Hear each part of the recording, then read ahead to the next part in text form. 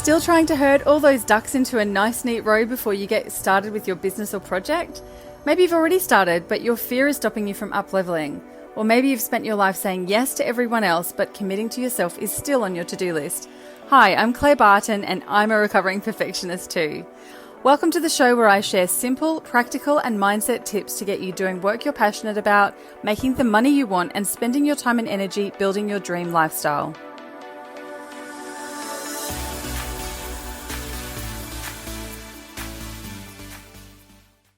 Welcome to the Recovering Perfectionist, everyone. My name's Claire Riley, and I'm joined today by the lovely Gemma Moore, who is a marketing strategist at Red Spark Communications. Welcome, Gemma.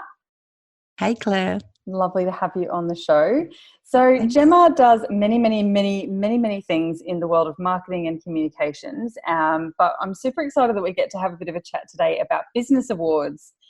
It's something that I think for a lot of us, it feels like it's something that's really out there, that you have to be absolutely amazing and you have to have been in a very established business and you have to be, tick all the boxes and all of that sort of thing to even start thinking about applying for business awards and that sort of thing. So I'm super excited to have a bit of a conversation about what the real deal is in the world of business awards with you today. So welcome.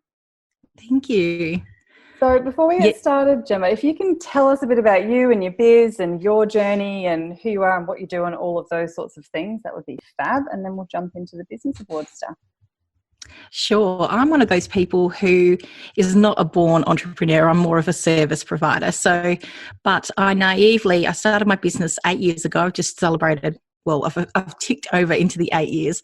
And when I started my business 8 years ago, I was very, very good at my job and what I did. I was excellent and kind of started my business and naively thought that I was going to be one of those people who made their fortune in the first year. And the whole business thing really, really shocked me. So that was my biggest learning, I guess. And that's just being good at your job or what you do as your career doesn't directly translate into business because there's all those other bits and pieces that go on. But basically, I've come from a marketing and communications background. I've worked for ABC Radio, worked in local government, lots of community organisations, but the common theme was always, how do I communicate what Group A wants to say to Group B? Right. And I was normally that person who connected them. And in business, I still kind of do that today. So, I've been going for 8 years. Started off teaching people how to use Facebook for business because obviously 8 years ago, that's when it really started to take off. Yeah. And I really enjoyed that aspect of teaching people and helping them, implement things and seeing their delight, their surprise when all of a sudden they became super busy. We've grown a couple pages here in town, in my home city of Geraldton, to well over 20,000 people. Yeah. And that success that they built then is still continuing today. Those people are booked out quite often. So I love seeing the success for other people. That really, really lights me up. Yeah, I can see that. You have a big grin on your face.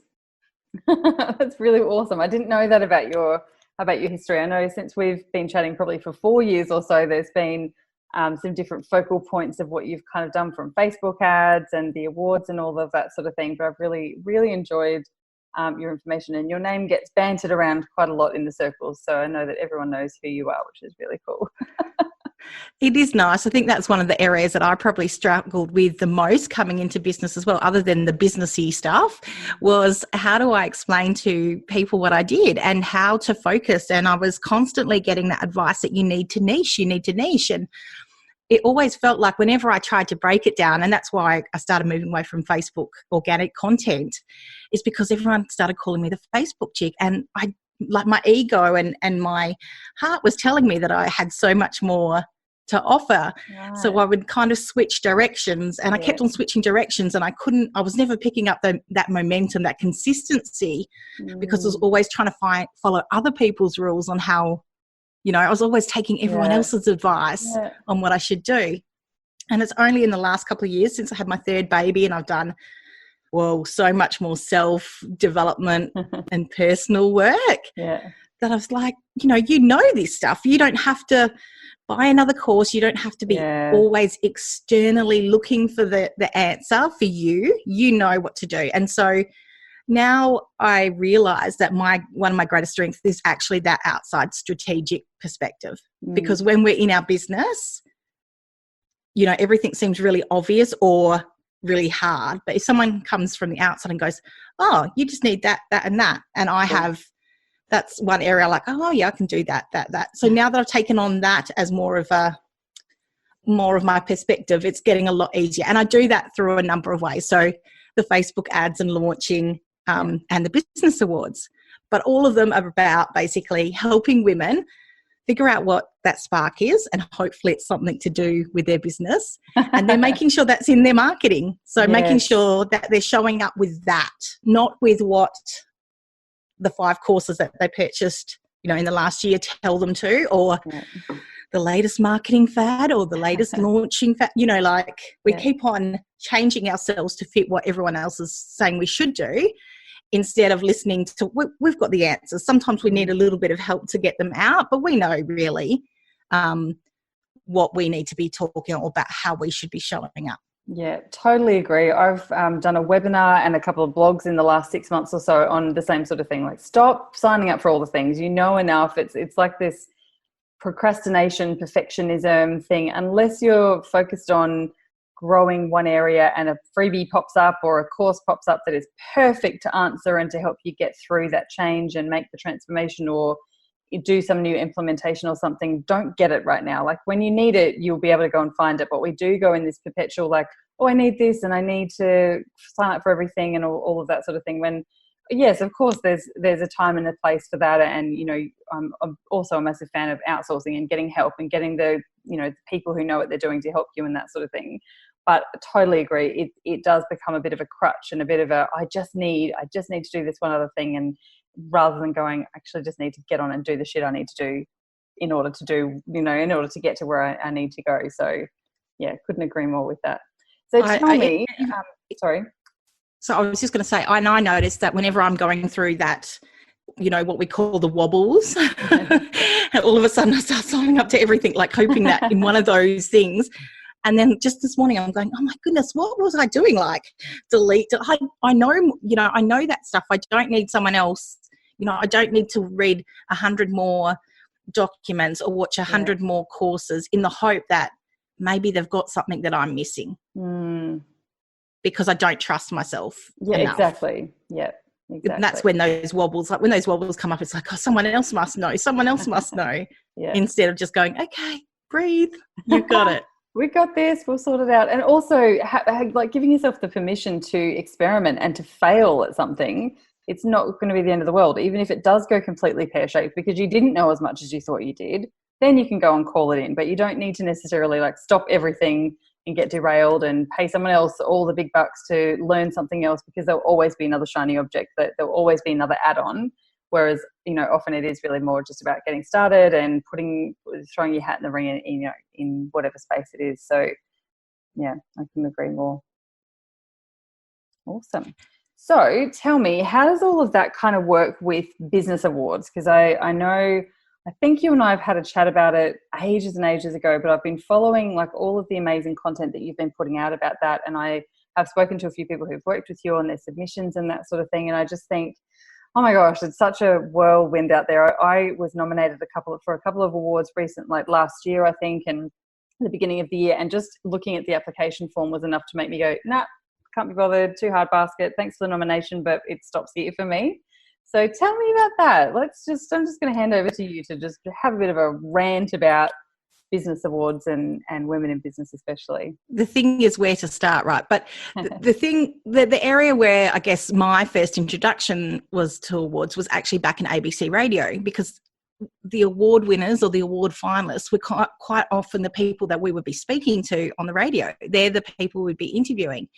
And once we interview those people, if they're good talent, then they became, they went on our roster as people we would reach out for talent whenever there was a story in that area. So that's when I first, became aware of it. But it also became really obvious at that time as well that women were holding themselves back. Like if they ever won the awards, then it was like, oh my God, like I didn't think I had any chance. So if we look at that kind of masculine and feminine way of looking at things, you know, guys, and someone put this in a really good way for job interviews, and I really like it. Like, if guys see the selection criteria on a job and they can do one, they'll go for it. They'll go, yep, I'll give it a go. Meanwhile, we as women will make sure we tick off every essential criteria and all of the desirable before we even consider actually putting in an application. Yeah. And it can, you know, it's directly transferred to business awards as well, right? Because we have this thing in our head that to enter a business award, we have to be the perfect woman, not only in the business, but at home as well, and have the perfect business that is making heaps of money, you know, is absolutely stand out at what we do. And the honest truth is that there's no perfect business and there's no perfect businesswoman. So why are we waiting until, you know, waiting until we're ready, or waiting until we've done more, or waiting until we're successful, when where we are right now is the perfect spot, and it's exactly where we are meant to be. And I know it's really easy to say, but that has taken me 8 years to fully accept from the person who thought they were going to be that, you know, overnight success when they first started. Now I appreciate all of those hard spots, all those things that didn't go right, because I know I needed to go through all of that and to learn all of that to help the people I'm helping now, to have that really holistic overview, outside perspective. So, yeah, I think there isn't a business award for everyone, every single person to enter, as far as I'm concerned, because it's not just about winning. Pretend my water bottle is the trophy. It's not about, you know, standing up on the stage and holding the trophy and thanking everyone. It's so much more than that, because it's a chance to look at where you started, where you are now, and where you're going. It's a chance to take a step back from your business and actually, you know, celebrate what you've achieved. So I had to kind of, you know, put my money where my mouth was as well, because I was out there telling all my clients, or telling everyone who would listen, hey, you got to enter business awards. And I realized that I hadn't. And so I went, okay, I actually made it quite public. I'm doing this. I'm not just telling you guys that you need to, I'm putting myself out there. I said, and I feel awful. Like, this is really uncomfortable for me. And I struggled through the application process. It was really hard. It brought up so many, you know, ick moments. Oh, I haven't done that still. I plan to do that. Or my money. Or, oh my God, I've got to show my financials to all these strangers, you know, people in my town who I wasn't, you know, necessarily comfortable with. And so seriously, pressing the submit button was the most uncomfortable thing I think I've ever done in my life. But when I then read back and thought about the process I had been through, I realized that if I was just measuring myself from the financial point of view, yeah, maybe I hadn't ticked off that box. But if I measured myself and my business about the number of people I've helped and the impact I've had on businesses, like, I can look back at businesses who would possibly not be around today without my impact. And when you think about it in the terms of that, then I have been successful, and I've been raising 3 girls. I've been supporting my husband in his job. You know, I lost my brother in the same year. So there was all these things. I'm like, and I still achieved all of these things to help people. So for me, it was like, wow, this was really important for me to do. It was about so much more than winning. You know, I became a finalist, which was really lovely, and didn't win. Which is okay. It's a bit hard, you know, you go through that a little bit, didn't win. But overall, the process was so, so important. And it's not just about that as well. It's about what you can do afterwards. So once you've, you know, taken that chance to review your business, you can also use it for marketing, even if you don't win. And I think that's an area that we kind of fall down. We kind of get disappointed. There's another award that I was a finalist in years ago. And I kind of thought as soon as I didn't win that was the end. And now I look back and go, I missed all of these opportunities to connect with people because I was only focused on that one outcome rather than all the other outcomes where I had been successful. Interesting. It is such an interesting thing. Like you said, I think it's any opportunity and you know, it's easy to do it for other people when you can kind of come in and see what they've achieved. And I have this conversation with people quite often when they put something out, or they do a blog, or they do some sort of bio or something, and I'll have a look over it and I'm like, God, you haven't even mentioned XYZ, and you know, all the things that are sort of top of mind for your audience, that we, as you know, as the person who's delivering it, it's sort of just the run of the mill, it's how we do things, but it's some of those things that actually stand out for our audience, but we forget to tell people about, right? And so when we come to do things like business award submissions, or even writing a bio for going on podcasts or whatever, it can feel really yucky talking about yourself and trying to bring up all of that stuff. And you know, there's such a missed opportunity, I think, for all of us in that celebration and reward and reflection sort of thing. And hopefully, you know, at this time of year, we're recording this in mid-November, but at this time of year, it's a really beautiful time for people to start taking a bit of stock in what they've actually achieved in the previous year, if not from the, you know, now until the beginning of their business and that sort of thing. But there's not very many opportunities where we give ourselves to do that. So, you know, I can totally see why doing the business award sort of thing can be really cool. And something that I've often wondered about with business awards is, like I said, I had a look through some of the questions on a couple of awards that I was nominated for, and it was so overwhelming. But I also, you know, they were sort of percolating in the back of my head for several weeks afterwards, going, how would I answer that question? And I didn't end up actually applying. I didn't end up putting the submission in. Now that I'm talking to you, I'm like, I totally should have done that.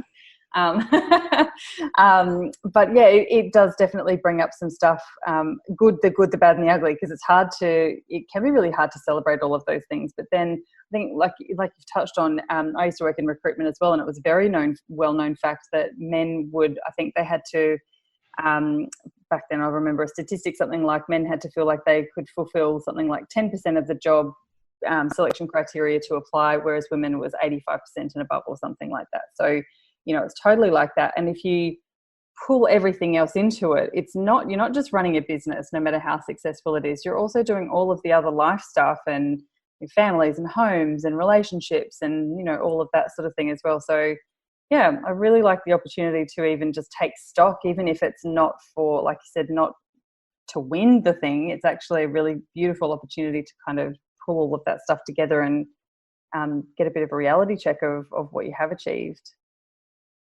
Yeah, the interview process.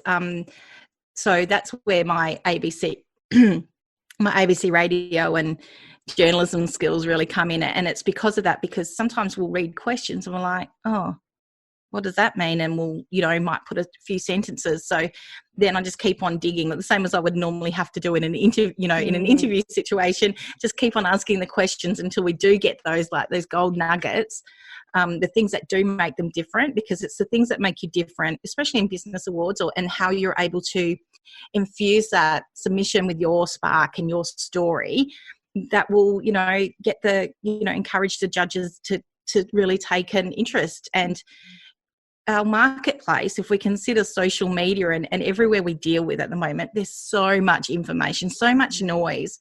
And even if you were doing really well on Facebook or Instagram organically at the moment, which is still possible, you're still competing against so many things in the news feed. And for me now, I'm thinking I really see business awards as that way to like really stand out. It's another opportunity for us to get, you know, increased visibility and reach for our business, while also building your authority. I'm not a great fan of authority, but, you know, build your leadership in whatever area.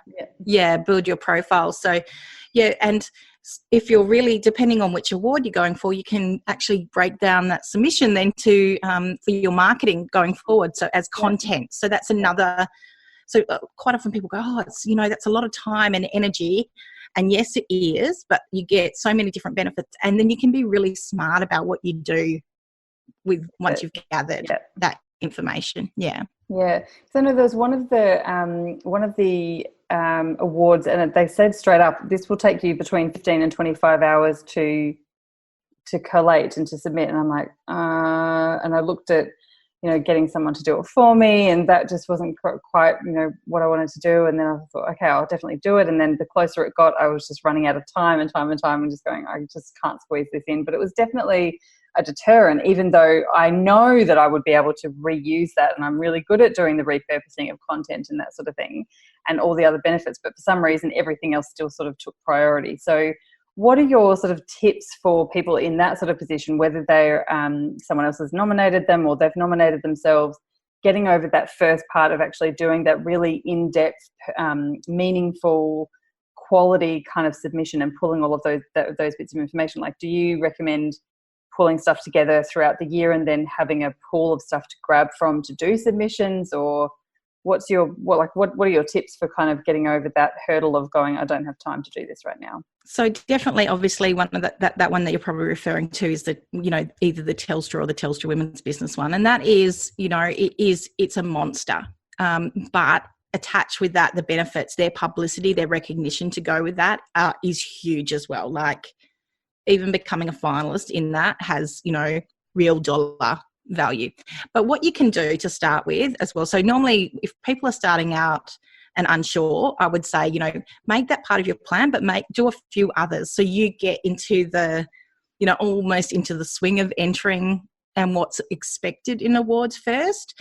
And then you can start, like, you're collating stuff then. But some of the things that people often forget about is collecting things like images. I know that for us who are on social media all the time, we're a little bit better at it, but a lot of our other businesses forget to take photos of them in, the workplace, and then all of a sudden, they use stock photos and everything they do. So, just gathering images that can support their application, have another file for testimonials or media articles. So anything that demonstrates or can be a supportive evidence of what they do. That's one of the areas that people really seem to struggle with. Because they get so focused on the written answering the questions that the supporting evidence quite often gets forgotten about. So, and that's one thing that you can actually put in, create a, whether it's a brag file or however you guys like to have your stuff organised. I'm not the greatest, I'm a great organiser in my mind, but then I don't implement. So, whatever, somewhere where you can go to and that you've got access to images, testimonials, reference letters, whatever it may be. And that's one area that can take a lot of time.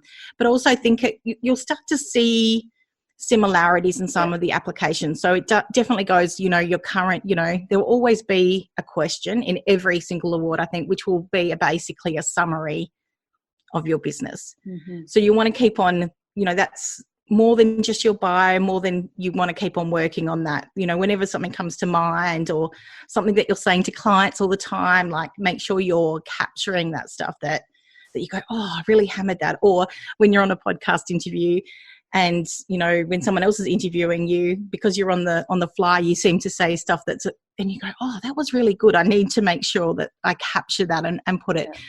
Listing things like podcasts, guesting on podcasts or writing guest posts and things like that. But also,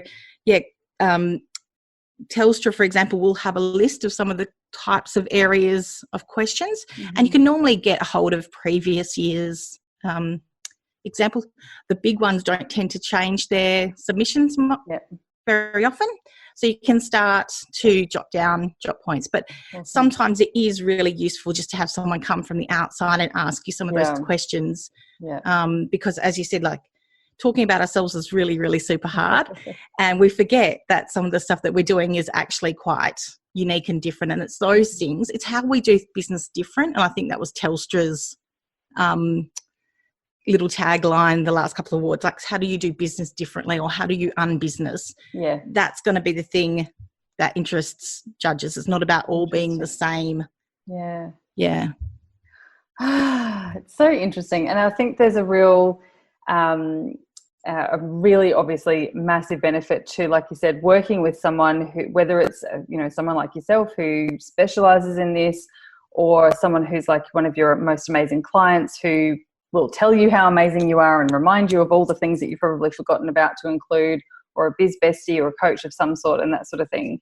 When I worked in HR, and when I worked in business management in retail especially, we had to do these reviews, what do you call them, performance reviews, every 6 months, I think, on the entire team in some of the places I worked in.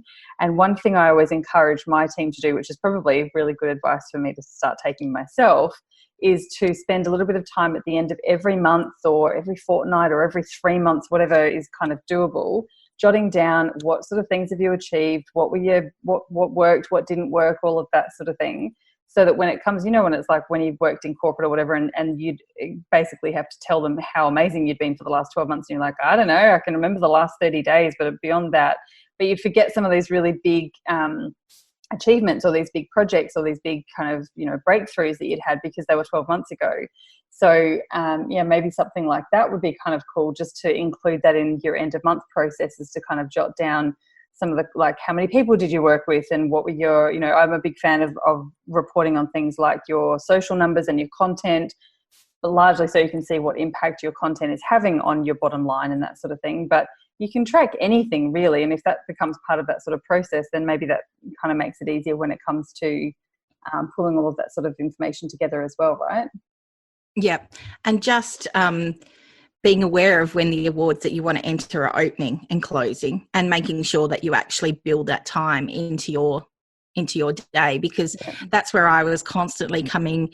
It's obviously an education process for people who have never thought of awards or don't think they're ready, for me to constantly go, oh, your awards, and they go, oh, I just saw something and it closes. The amount of people have had come to me in the week before the submissions close, like, oh, I need something, and I'm like, oh my Lord. And you know, sometimes I'll do that and sometimes I'll help, but then afterwards I always go, oh, I wish I had a couple of more weeks just to make sure, you know, it's the same as anything. We can all work to deadlines, but how much better would it be if we had a couple of more weeks, like another run over, another chance for our clients. So, and then the other thing, people would go, oh, this person just got, you know, I just saw they were finalists. I didn't even know the awards were open. Right. So I was constantly getting that feedback. So I created an awards calendar, which I try and keep updated every month. So people, to encourage women, you know, to make it easier for women to step forward and say, okay, I'm going to give it a go, and just have it in,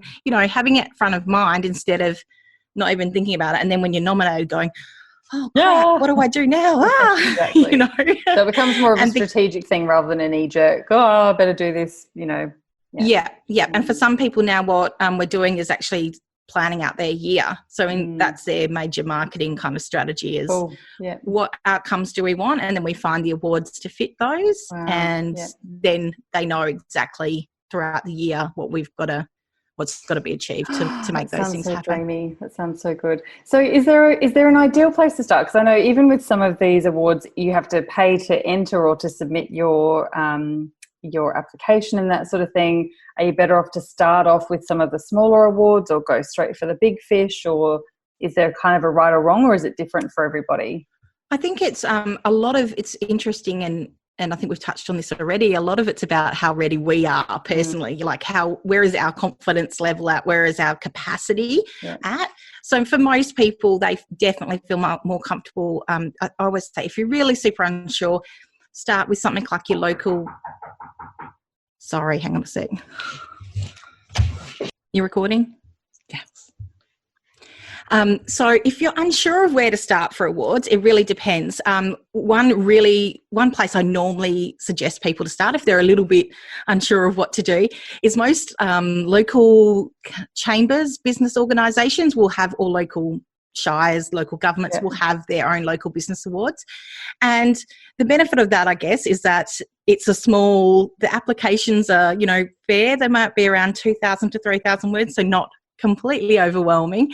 And it's a really good chance, especially I think for us online people, to remind our local community about, you know, introduce them to what we do. Sure. So those local ones can be quite good to start with. There's also, earlier on you mentioned about awards that cost money. So my take on awards that cost money is you have to be aware of why awards programs have been created. And like everyone else, there are awards programs which have been created specifically just to raise revenue. They might not cost you any money to enter, but they may expect or have a requirement that you then attend the gala dinner, which may be, you know, $200 a ticket, you know, just to have a chance to win. So look, everything we do, we've even got international awards that cost money to enter. So I think the thing that you need to think about is, you know, if it costs $400 or $500, what kind of publicity, what kind of recognition, how smart can we be after we, you know, invest in awards, and are we going to make our money, you know, back? Maybe not short term, but in the long term. So I think take those things on. So, but there's also things, obviously the Ausmumpreneur are growing in recognition.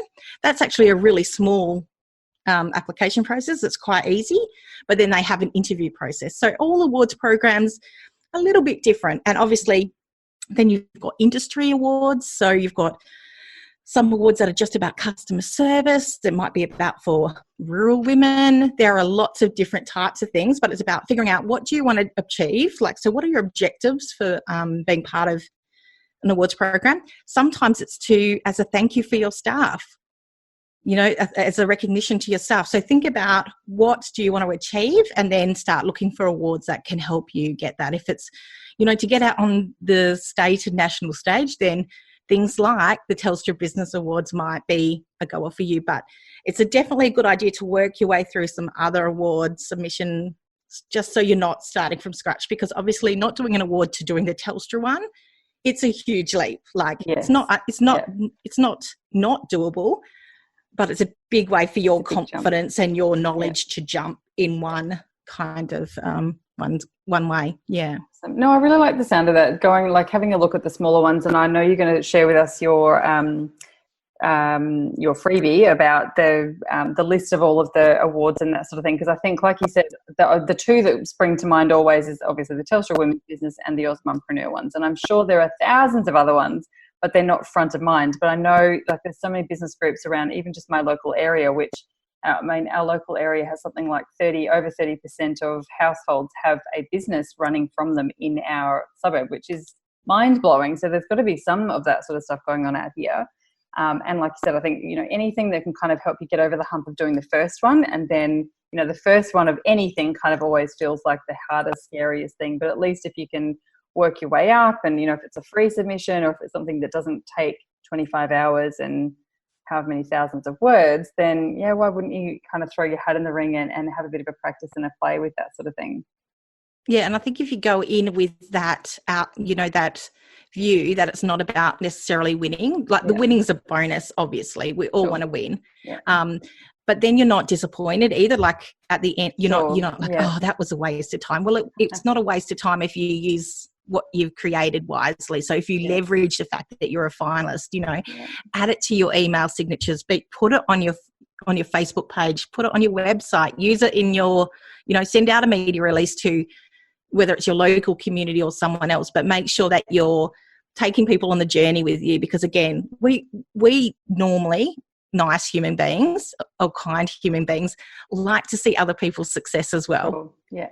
So, you know, it's not like people, and I think that's the other thing that stops us sometimes. We have that whole tall poppy, oh, I don't want to look like I'm big noting myself. Like, as long as you're genuine in how you come across, and I think this is for anything we do in marketing, as long as you're genuine in how you're coming across, then people can pick up that energy. Like, but if you are big noting yourself, then that comes across too. Yeah. So, but I think just don't be afraid to share that journey, or to go, oh, you know, we're a bit unsure, but we went for it anyway, and it actually ended up being, you know, one of the best things we did. And that's the feedback I get all the time. Actually, it's one of the, you know, every time someone issues a award, going, oh, and even I had the lady the other day who said, I'm really glad I didn't win actually, because, you know, what the winner had to do was a bit full on for where I am in my business.